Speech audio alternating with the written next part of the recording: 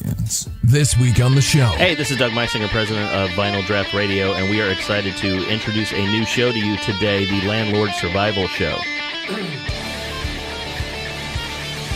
This is the Landlord Survival Show. When people stop being nice and shit gets real. You're the landlord. We're here to help.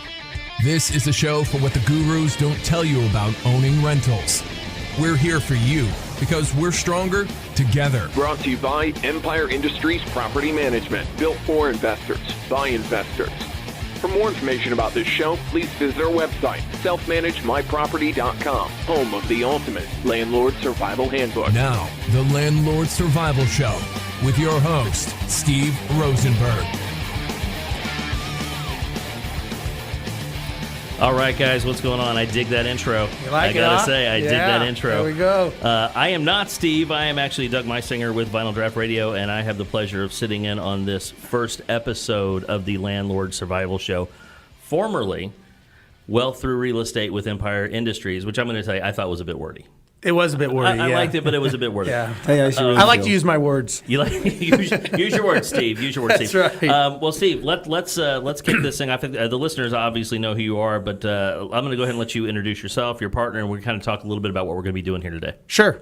So my name is Steve Rozenberg, and we formerly had a prior show on here. We are Pete and myself are the co-founders of Empire Industries, and we are a single-family property management company.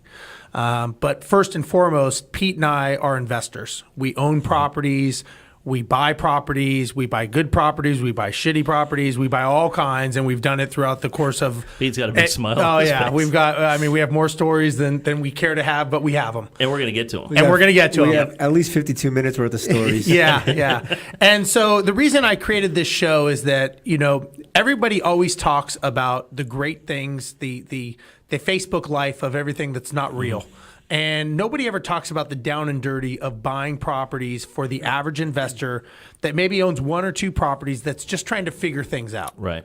And I just think it's important that somebody help these single investors, educate them and let them know that, look, there are ways to come up with successful solutions.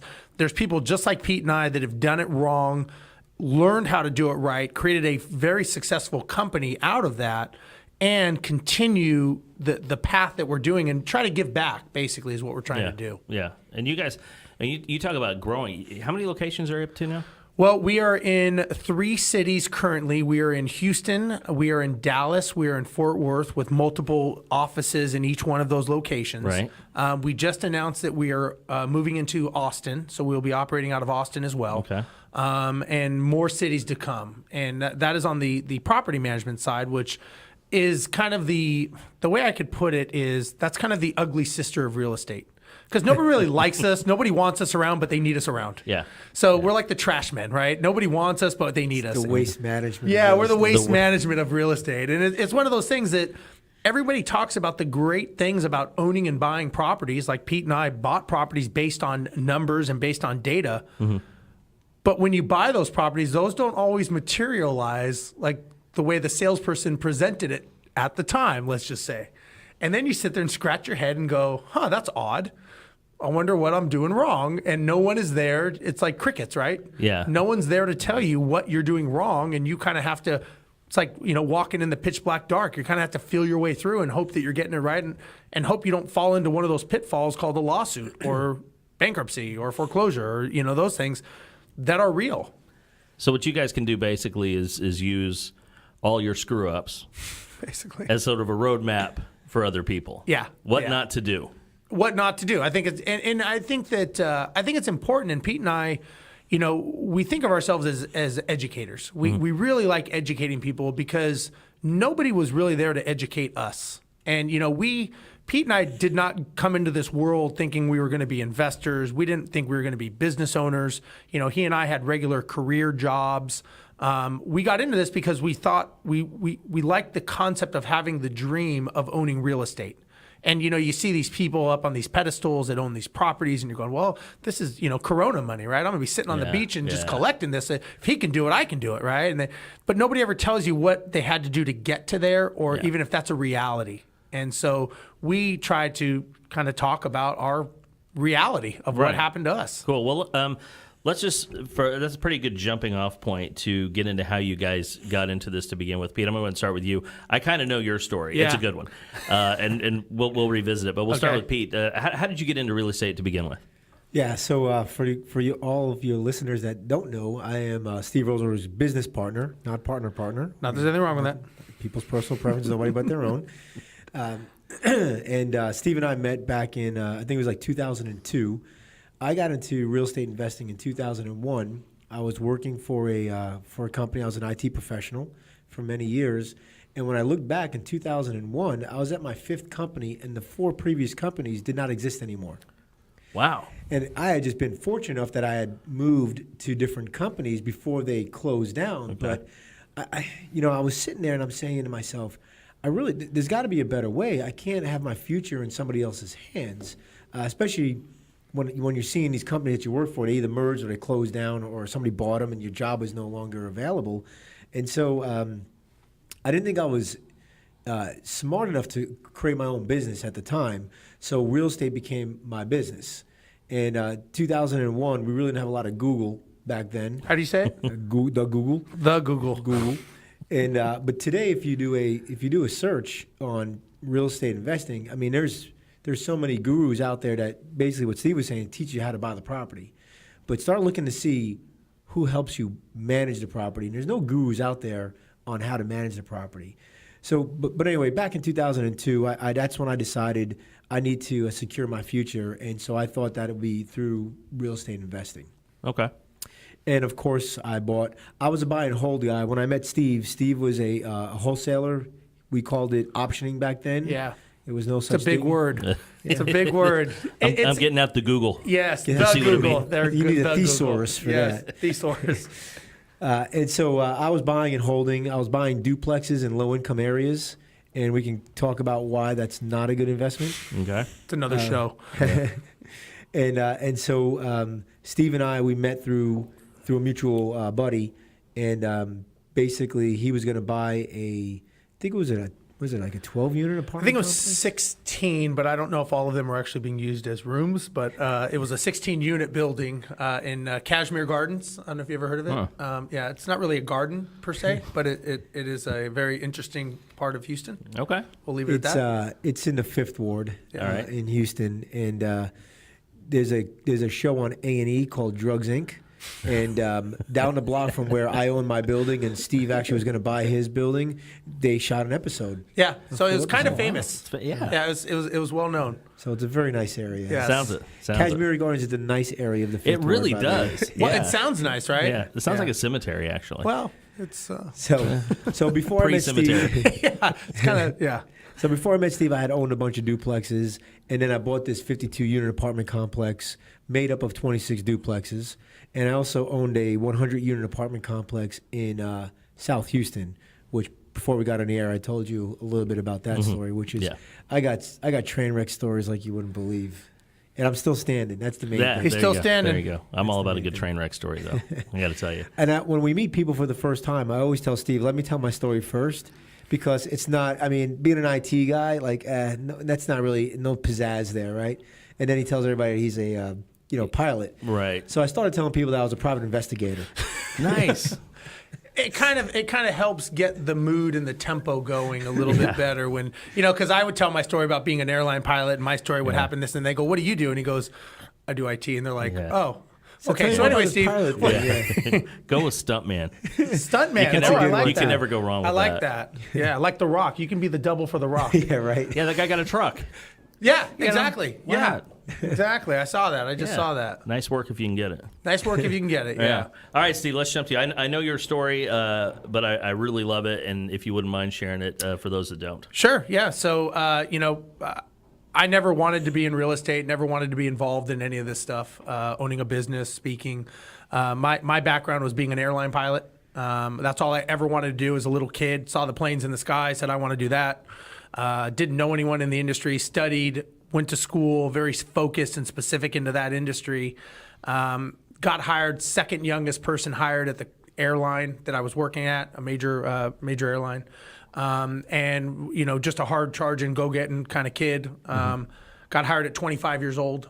with Continental Airlines at the time, since changed names. But that day in history that affected everyone, 9/11, affected me even more, because even though it affected so many people with their jobs, a lot of people have since moved on about that. But for me, it was a huge touching of the stove moment, in the sense that I realized that how close I came to my whole career, everything that I learned, studied, all that, basically almost dissolved in a matter of 72 hours. And I went from September 10th of having the best job in the world, best career in the world, that was the safest way to go, to 3 days later getting sent a furlough notice saying basically, thanks for playing, but we may be downsizing and you're not going to fit anymore in this industry.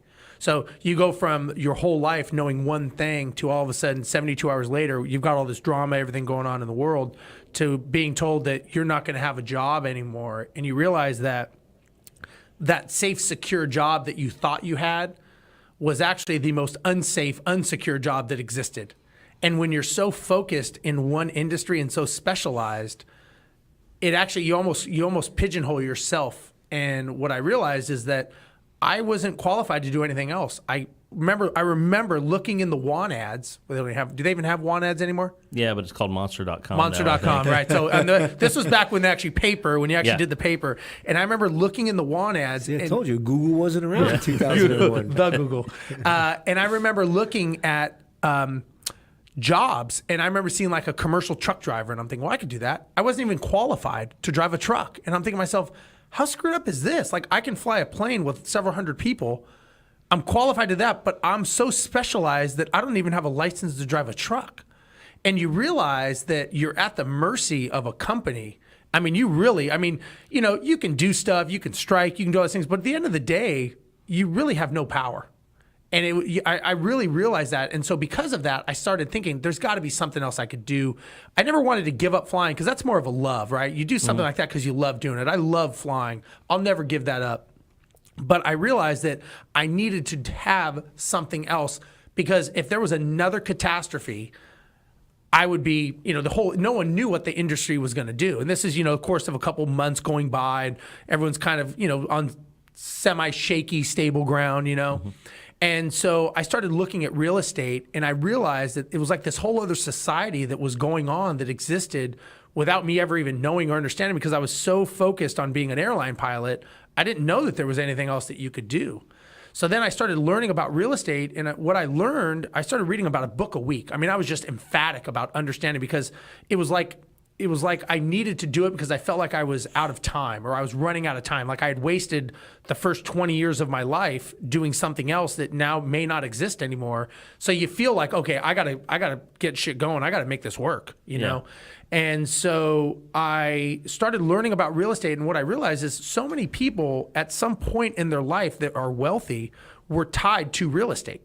Whether they owned it, whether it was family owned, whatever it was, at some point, whether they got wealthy and then bought real estate, but it was a great leveraging point. So I really liked that. So as I started getting into this, I was told about a guy who taught, I think I paid him maybe $10,000 to learn a course on, it was called, it wasn't called wholesaling. I forget what it was called. It was basically optioning. I think it was optioning contracts. And basically what you would do is I learned that you could basically, if you knew how to talk and know how to negotiate, you could basically go in and get a contract on a property, an option agreement, and then you can sell that option for a fee, an assignment fee, and you can basically make the difference between what you got it at and what you sold it at, and you would make the difference of that. I'm not sure if they still do that or that's still the case, but basically that's how I kind of got my foot in the door, because I didn't commit to actually buying a rental property, but I could get into the real estate business and generate some revenue. So what I did, I got pretty good at this, and I was able to negotiate and do pretty good, and I started doing it more and more, and I started making a good amount of money on these deals. And so I saved up my money to buy an apartment complex. I thought, okay, that's where I want to go with this. So I joined an investment group that talked about apartments and houses and stuff, and we kind of went down that path of me buying an apartment, but I only had X amount of money to buy something. And so that's why I ended up in the garden of Kashmir. And that's where I kind of what my money could buy. And I'll never forget, I'm talking to the people from this investment group, and they said, well, talk to Pete Neubig. He owns a 52 unit down the street. Maybe you could talk to him and he can give you some advice. I'm like, okay. So I give him a call, and he says, yeah, why don't you come down to my complex, and yeah, we'll talk. So I go down there, me, my wife, and my 2-year-old son. No, I think he was more like 2 months or Yeah, 6-month-old kid. He comes baby. walking out of this complex, and he looks at me, he looks at my wife, he looks at my kid, and he goes, you don't want to be down here. I mean, it was really that quick of a conversation. And I'm like, what do you mean? He's like, trust me. The rentals at the place was about $375 a month. Wow. Okay. So it gives you, even if you you take into consideration inflation, it's still pretty low. Yeah. And so basically, after a conversation with Pete, he explained, listen, this is not what you want to get into. Don't this. I recommend you don't do this. I'm like, okay. So I pass on the deal. And I'm thinking, man, that sucks. But I'm thinking there's just some legitimacy to what this guy said. He knows he has a 52 unit down the road and had some other stuff going on. And so I end up getting a phone call from him maybe a couple weeks later, maybe a month. A couple weeks later. Maybe he had this planned. I don't know still. I'm still trying to investigate that. And they say he's the sales guy. He gives me a call about a month later and says, hey, I'm buying this 40 or 39 unit complex over in Spring Branch. Do you want in on this? I'm looking for someone to go in on the deal. And I'm like, yeah, I'm in. I mean, I'm like ready to pull the trigger. I want to do something, right? I mean, I got money burning a hole in my pocket. Like a fat kid in a candy store. Or a bunch of cocaine. So I'm like a fat kid in a candy store. I want to buy something, right? You should have invested in a radio station. I should have invested in a radio station. We'll talk after the show. After this. A best salesman gets sold everything, by the way. So I go in partnership with him. And there was 2 other partners at the time, so there's 4 of us total. And Pete was the operating partner. Basically, he was going to run the deal. And the lead partner. Lead partner. And our deal that he and I agreed upon, I wanted to learn about apartment complexes. I really wanted to learn about owning because I'd never done that. And it was very interesting to me because I thought that's what I want to do. I don't want to keep doing this flipping because this is a lot of work, or wholesaling, whatever you call it. And it was just a lot of work because if I stopped working, the money stopped coming in. So it wasn't a business, it was a job. Right. But it was a means to an end because it was giving me a good amount of money to go ahead and buy real estate from. And our deal was he wanted to know what I was doing. It's like the grass is greener. I wanted to do what he was doing. He wanted to do what I was doing. So our deal was basically, hey, I'll teach you what I'm doing. Teach me what you're doing. And so that's kind of how we got into the partnership. And how long did we own that? Well, the funny thing is we quickly learned that I didn't like doing what he was doing, and he didn't like doing what I was doing. Yeah. So I think that made for a good partnership when we actually built the management company. But we were in that deal for, I think it was 3 years.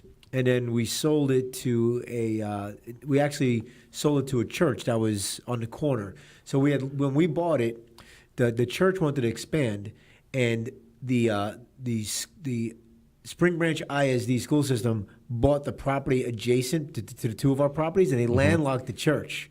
Church had nowhere to go. Okay. So the church, after a year, the church said we want to buy it. So we actually sold it, but like for a future buy. So we were guaranteed we were going to make some money. It was going to be profitable, and we ran it profitably for about 3 years, and then sold it to the church. Yeah. So it was a much better deal. By the way, the 52 unit I owned for 10 years, and we ended up doing everything we could to make that place survive, and we ended up losing all of the investment on that deal. Really? After we sold it. Yeah. So, and I bought that. That was a 10 cap, or that was a 10 cap apartment complex, and the Spring Branch one was like I think it was like a 5 cap, meaning that your capitalization rate, the higher, the better return you get. Right. But On paper. And I think a lot of the gurus, what they sell you is they sell you the idea of you're buying, it's brick, mortar, wood, it's a spreadsheet, and you put this in. Here's the rents, here's your payment, here's your insurance, and here's your money at the end. And what they don't really teach you is that it's actually a people business. Real estate. It really is a people business. And so the X factor is the type of people that you're going to put into those properties. And so when Steve and I were buying these lower income properties, although you're buying them cheaper, and because the rent are supposed to be at a certain level and taxes are cheaper because the property value is cheaper, you're supposed to get this return. But in actuality, the renters don't pay as well as the as other properties. There's a lot more maintenance that's needed because the property's typically older. So there's all these factors that we accounted a little bit for. You always account for a little bit of eviction and a little bit of delinquency, and you always account for some maintenance. Now, is there a formula for that? Do you go into it? I'm sure there is, but we didn't know it. You didn't know it. I'm sure there is a formula. Don't ask us what that would be. There is. The challenge is that there is no specific formula for any type of property. So no matter what formula you create, it really is you're pulling some information out of thin air, really.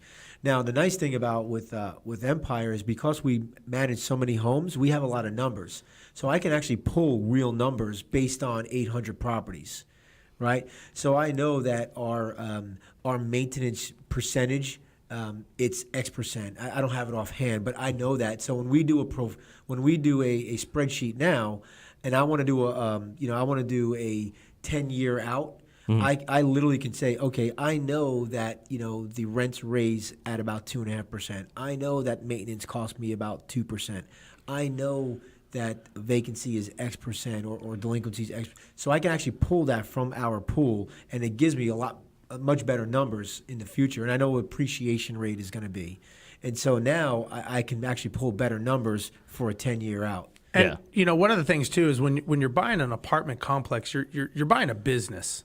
And you're basically buying a business that is defunct at some level. Most of the time, if you want to get a deal on it, it's like any other business. You're buying it because it's not being run properly. You feel that you can inject better policies, better procedures, better value to the clients, thus increasing the rent, which increases your NOI, which is going to make the business worth more money. Right. So, but those are, like Pete said, those are all assumptions that you're going to be able to do those things. You're assuming, you can't take a property that rents for $500 a unit and get $1,000. The market doesn't bear it in that area. No matter how nice you make the inside, the economy of that area is just not going to support it. And, the challenge is a lot of people that mathematically and on paper, it may make sense. Well, if you increase it to this, it goes across the board, your NOI goes up. But the reality, and that's where a lot of people get in trouble, where they buy these properties maybe from out of state or out of country, whatever it is, or even they buy them living here, but they don't know the industry. And logically, on paper, maybe it makes sense. But the reality, and that's what they sell you. They sell you on it makes sense, logically, you can do this, you can do that, and this should work. But the reality is we could look at that and say, you're never going to get that price point in this area because it just doesn't exist.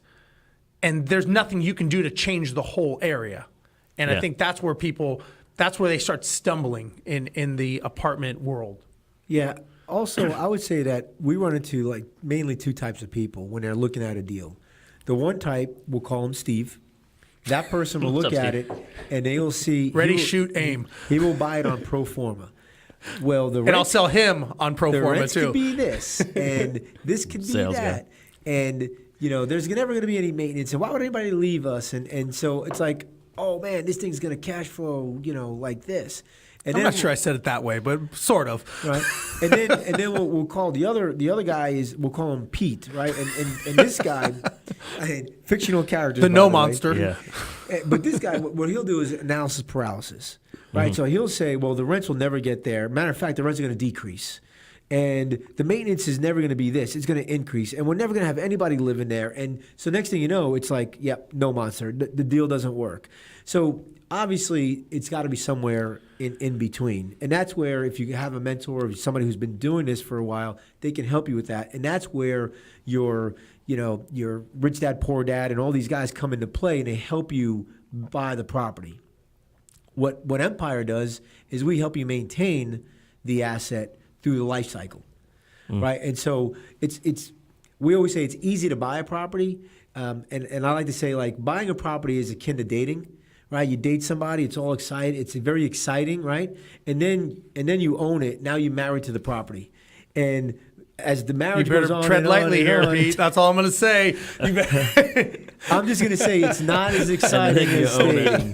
It still could be exciting, but it's not as exciting as dating. Gotcha. And so people, but honestly, people get bored when the business runs without them, and it's running. Sure. It's running good. They almost right? self-sabotage it. They almost self-sabotage it, and people get bored when they buy a house and there's nothing there for them to do with it. And running a business is not supposed to be the running in, signing deals. Right? It's a very boring, as you know, it's a very boring, monotonous process, which is really what you want. You don't want this crazy ship going other directions. Like the second half of our story, what happened to us once we sold that apartment complex, and Pete sold me on an idea. I'll let you tell that story. So I didn't learn my lesson by buying the 52-unit apartment complex. Or the 100.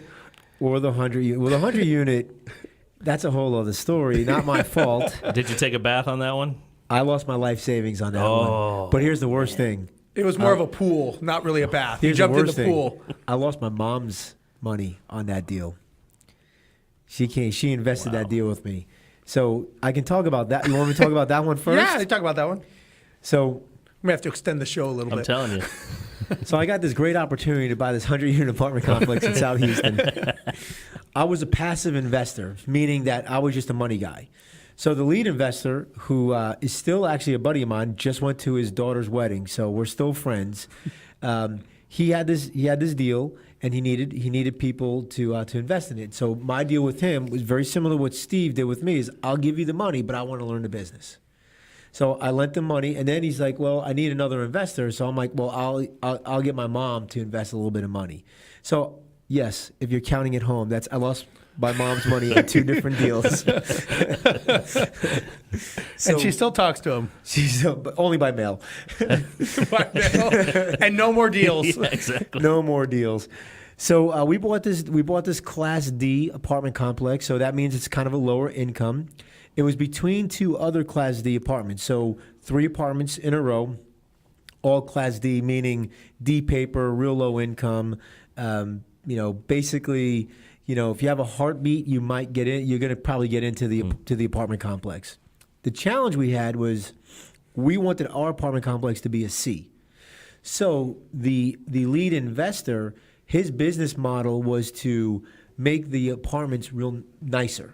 So he was putting in new appliances, new tile, He's doing exactly what Steve had just talked about earlier. No matter how nice you make it, it's still a D. The biggest challenge we had was our apartment complex was in the middle of these 2 other Ds. There was no fencing around it. So when we would deny these other people to go into our complex because we're trying to raise it from a D to a C, they'd go to the other complexes, and guess where they would meet? They would walk across our complex, and they would basically take things and steal things and Borrow. Borrow.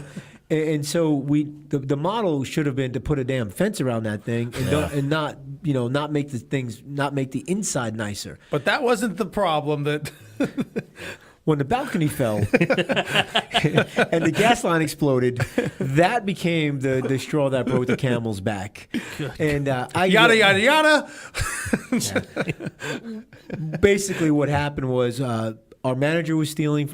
Everything that could go wrong. It's like the money pit. Everything that could go wrong went wrong. The manager was stealing. We didn't have enough money to pay the note. So the bank told us that they would renegotiate with us. Ended up not negotiating with us. Took the property and sold the property from under us for a profit. So I'll just throw regular numbers out here. We owed about $1.2 million on it. They sold it for like 1.5. So in theory, in most cases, with your mortgage deed and everything, if they sell it for more than what you owe on it, basically your note is clean. You're clear. You're clear. No. There was a box that was checked that my attorney didn't catch, and they can still come after me for the difference. So the numbers really were $1.5 million owed, 2.1 sold. So they made $600,000 on the property, and then they came after me and the other partners. And your mom. My mom did not personally sign for the note. Thank God. She loaned it. Yeah. Awkward Thanksgiving. Me, the lead partner, and another partner personally signed for the note. And I'll say, for me, luckily, we were able to settle. I sold some duplexes that I had to pay for the lawyer bills. Wow. And the other couple, what they did is they listened to some guru. They maxed out all their credit cards to get the money to buy the apartment complex, and they are no longer in real estate. They had to file Chapter 11 bankruptcy. And so it was, it was a bad deal all around, all because of the wrong business plan. Yeah. But what fascinates me is you go through that and you still re-up. You do it again. That fascinates me. I'll tell you this. So this is about the time that I met Pete. When he was going through this, and I'm sitting there, buyer beware. I'm listening to this story. I'm like radioactive. But I tell you what, and I've told this to Pete, and I say this all the time. You really see the character of someone when the shit hits the fan, and his character. He never blamed anybody. He took responsibility, even though he had nothing to do with the deal. He never said anything. He never, he was in it, and him and our buddy, our mutual friend that we know. Never complained, never blamed. And I tell you what, I mean, that to me shows the character of someone.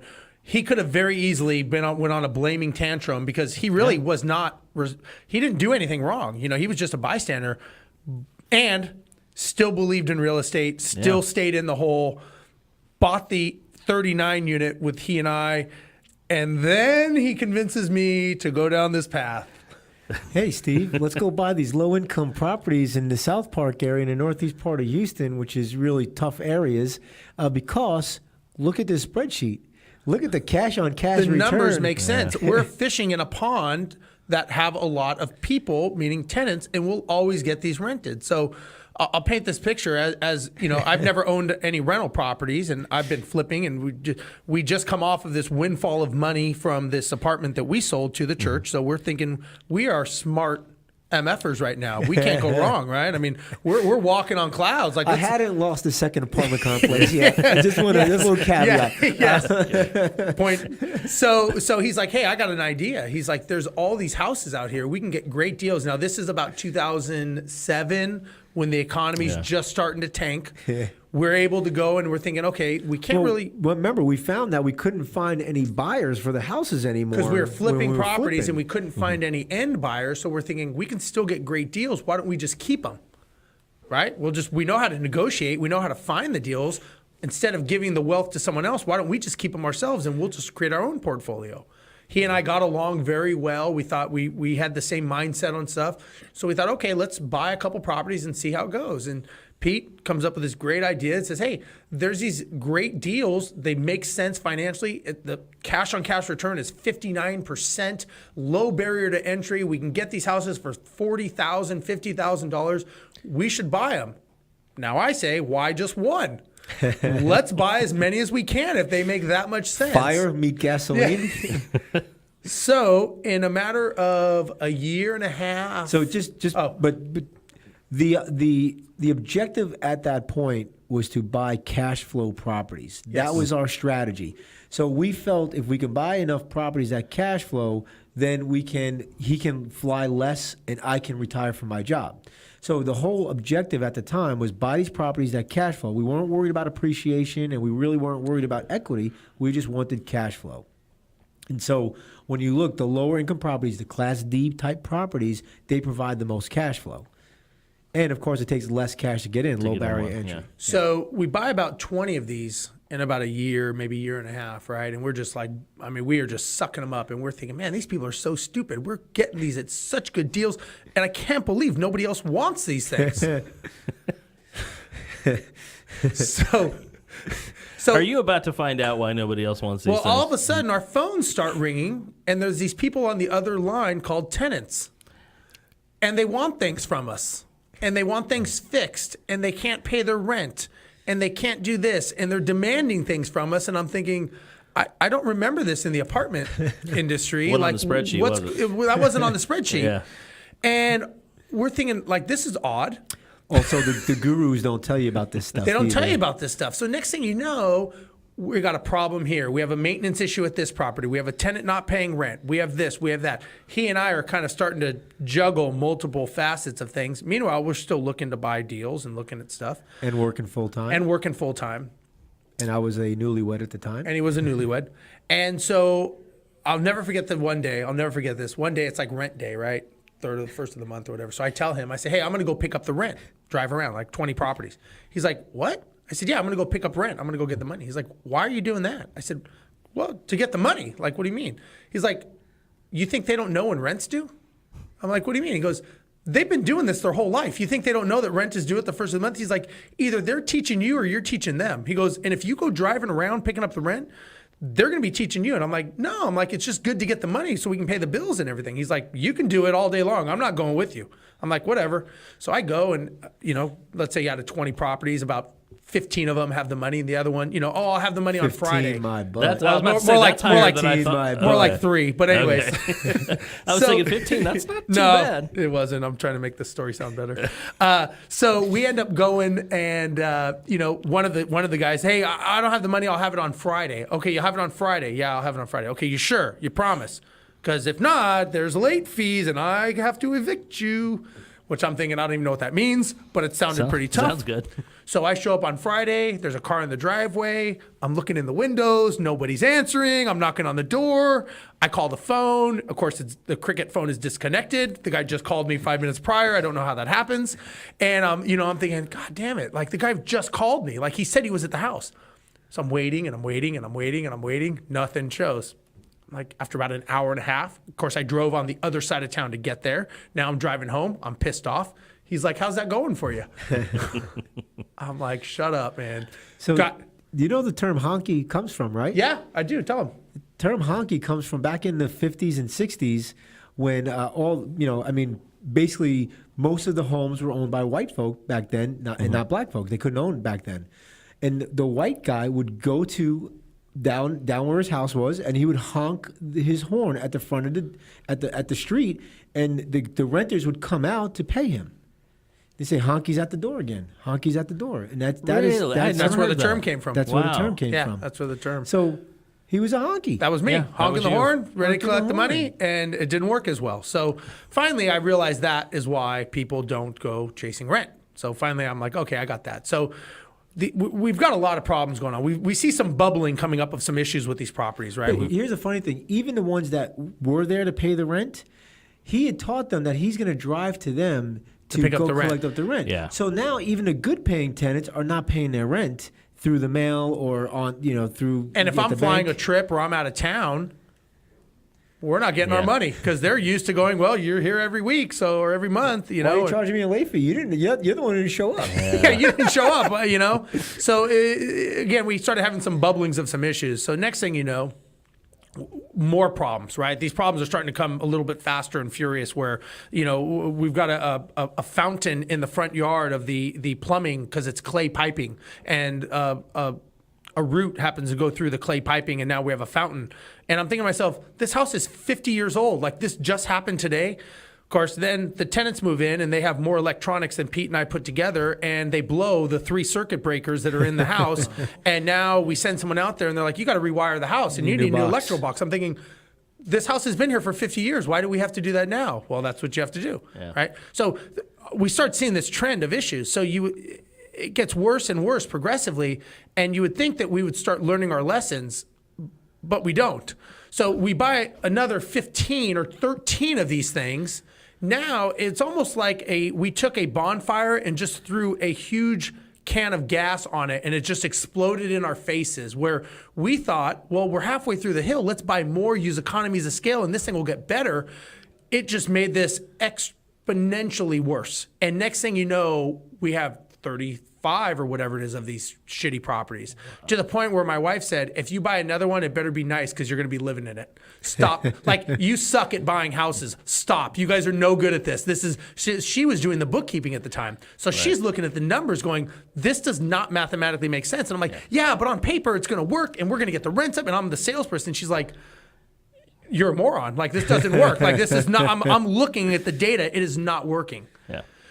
So the culmination, the tipping point, if you will, was one day Pete and I have a property over on the east side of town, and we decide that we are going to, we're short on cash. We got some serious financial issues going on.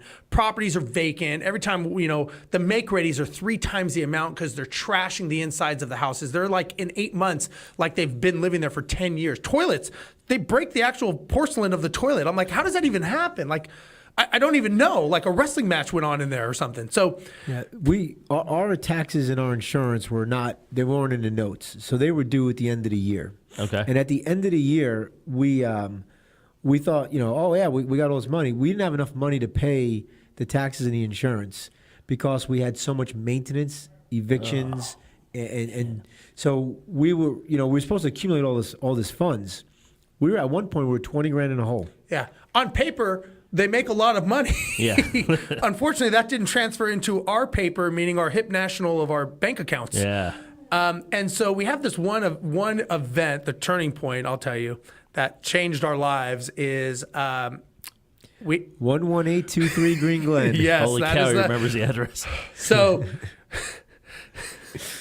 we decide that we don't have a lot of money for the make ready, so we are going to do the trash out ourselves to save some money. And so we can just give it to the maintenance guy so that he can do it. We'll save a little bit of cash. So we literally go to this property. He takes the day off work.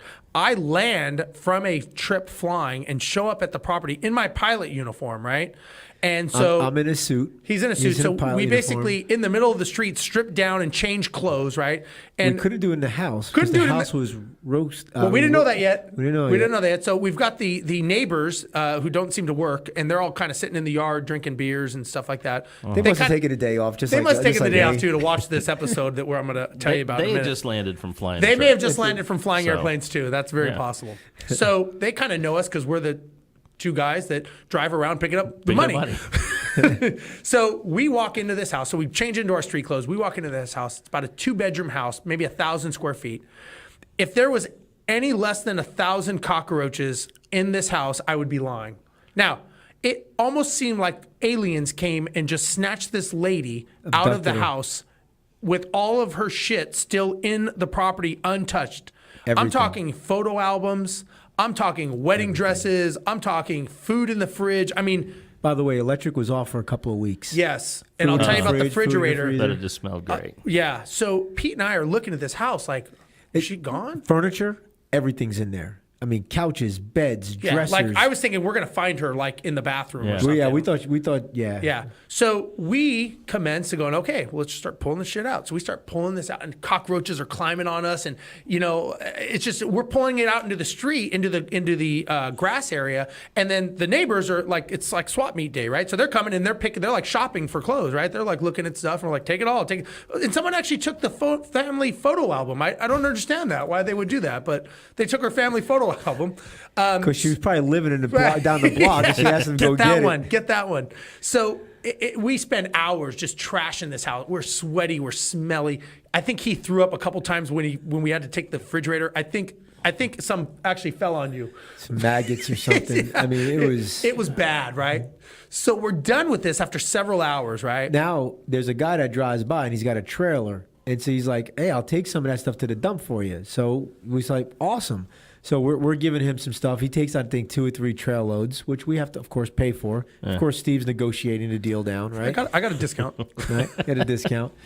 So we're there, I don't know, probably a good 6 hours. Yeah. I would say. It's nighttime now. We get some of the neighborhood kids to go get us beer. Yeah. Yeah. Pretty much. Yeah, that we did, didn't we? Yeah. So we're standing there and I'm thinking, well, I'm actually feeling pretty good. Like, hey, we did pretty good. So I could tell he's upset because he's not saying anything and he's got that New Yorker upset look on him. Uh-huh. So I said, hey man, I go, how much money do you think we saved today? I go, thinking we saved some money. Man, you're a cups half full kind of guy. I am. I'm thinking we did pretty good. So I'll never forget. He turns around and he's got like shit still on him, and some throw up on his shirt and stuff still, I think. And he looks at me and he goes, "What do you do for a living?" And he's I'm like, dumbfounded by the question. I'm like, he can't answer. It's like when a dog looks at you and they tilt their head. He's like, he goes, "What do you make an hour?" I'm like, "What do you mean?" He goes, "How much do you make an hour being a pilot?" I tell him. He goes, "I know what I make an hour." He goes, "Do you know how much money we just wasted by us spending a day doing this?" He goes, "I am never, ever doing this again." And he goes, I remember he said, "We either figure out how to fix this problem or we are selling every one of these things and we are walking away from all these properties." Of course, it was hard to take him seriously with shit on his face still, but he did.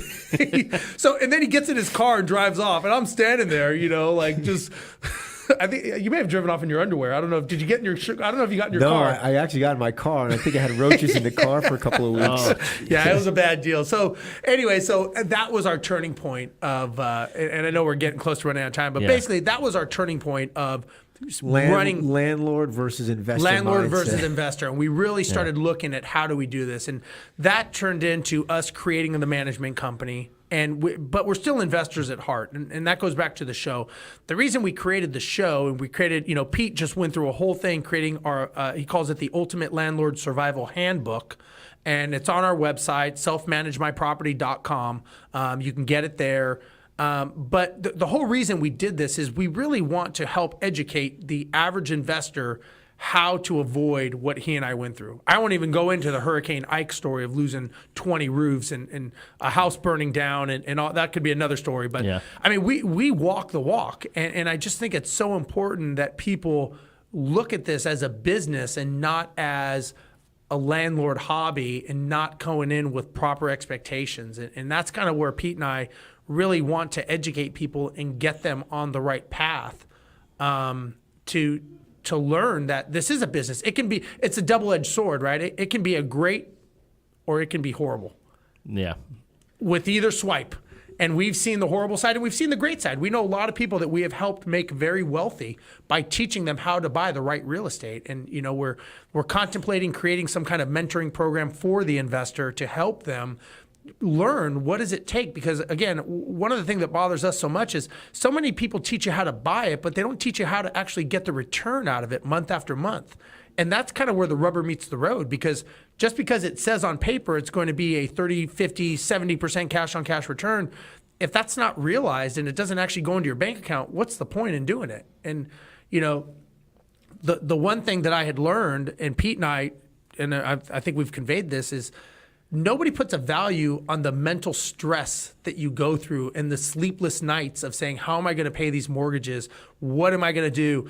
Getting scared when your phone rings thinking, please don't be a tenant. Please don't be, and you're like a victim, and nobody puts a value on that. And when you've walked that walk like Pete and I have, and we tell people, look, you don't want to over leverage yourself. You don't want to buy a bad deal.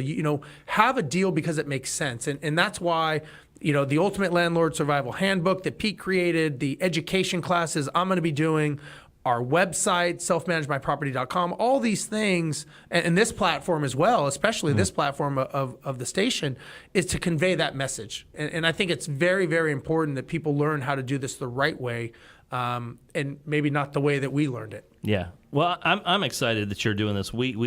It's probably been, about a month that you came in and said you kind of had an idea of maybe changing gears a little bit and coming up with something new. And I didn't really have a good grasp of what it was you had in mind, but I trusted you enough to know, whatever it is.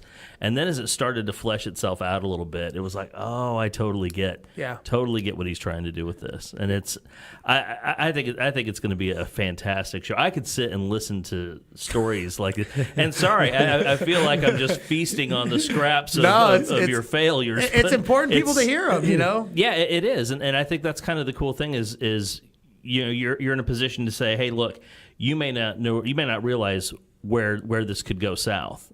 I do. Yeah. And it's a great chance for you to sort of, kind of get in the way and guide people. And I think it's what you're doing is you're filling something that nobody's really filled that void yet. It's like you're saying everybody's just teaching you how to buy. Right. But nobody's teaching you what to do after you acquire. And the reason Pete created the manual that he did is we're showing you how we do it for 800, 900 houses. Like we're showing, look, these are the things that you do. What does it take to vet a vendor? What does it take what questions can you and cannot you not ask on an application? When do you do the eviction? When you have one or two properties, you don't go through this every day the way we go through all these things and systematize them. And that's kind of what he created. How do you do the lease renewal? How do you actually make some money on this thing other than rent? Yeah. And that's the things that, again, if you have a 9-to-5 career job, this is not in your forefront. It's not in your focus. So it makes sense that you would buy this manual or talk to us or have us help you at least to help strategize. I tell people all the time, I don't need to manage your properties. I don't need to just to have us have a conversation is just us having a conversation as investors, because I don't think there's enough of that. And I think there needs to be more education and less, trying to figure out what I can get out of you. Yeah, no, I agree. Pete, does your mom have a piece of this in case it blows up? And No, she has an IOU. That's as good as cash, though. It is. Well, guys, listen, I can't thank you enough for doing this, and thanks for letting me be a part of the first one. I really look forward to this show. It's always a pleasure sitting down and visiting with you. I loved every single one of these stories, and hopefully you've got time to stick around when we're done, because I'm going to bend your ear for a couple more. But, guys, so stick with us every week. The Landlord Survival Show, formerly Wealth Through Real Estate with Empire. Aren't you glad you have to say all that anymore? I do. I always have to ask Tegan what it's called. So now I don't have to. I was about to say, he never remembers the name. I never remember the name. Right, I'm like, what is it called? The show. Hey, what's the name of the show What's the name of the show? Yeah. This one I can remember. This one And we you have a can Facebook remember. group, too, that you can go and you can see all the stuff on there as well. Absolutely. Well, guys, thanks for listening. And Steve will be back next week. And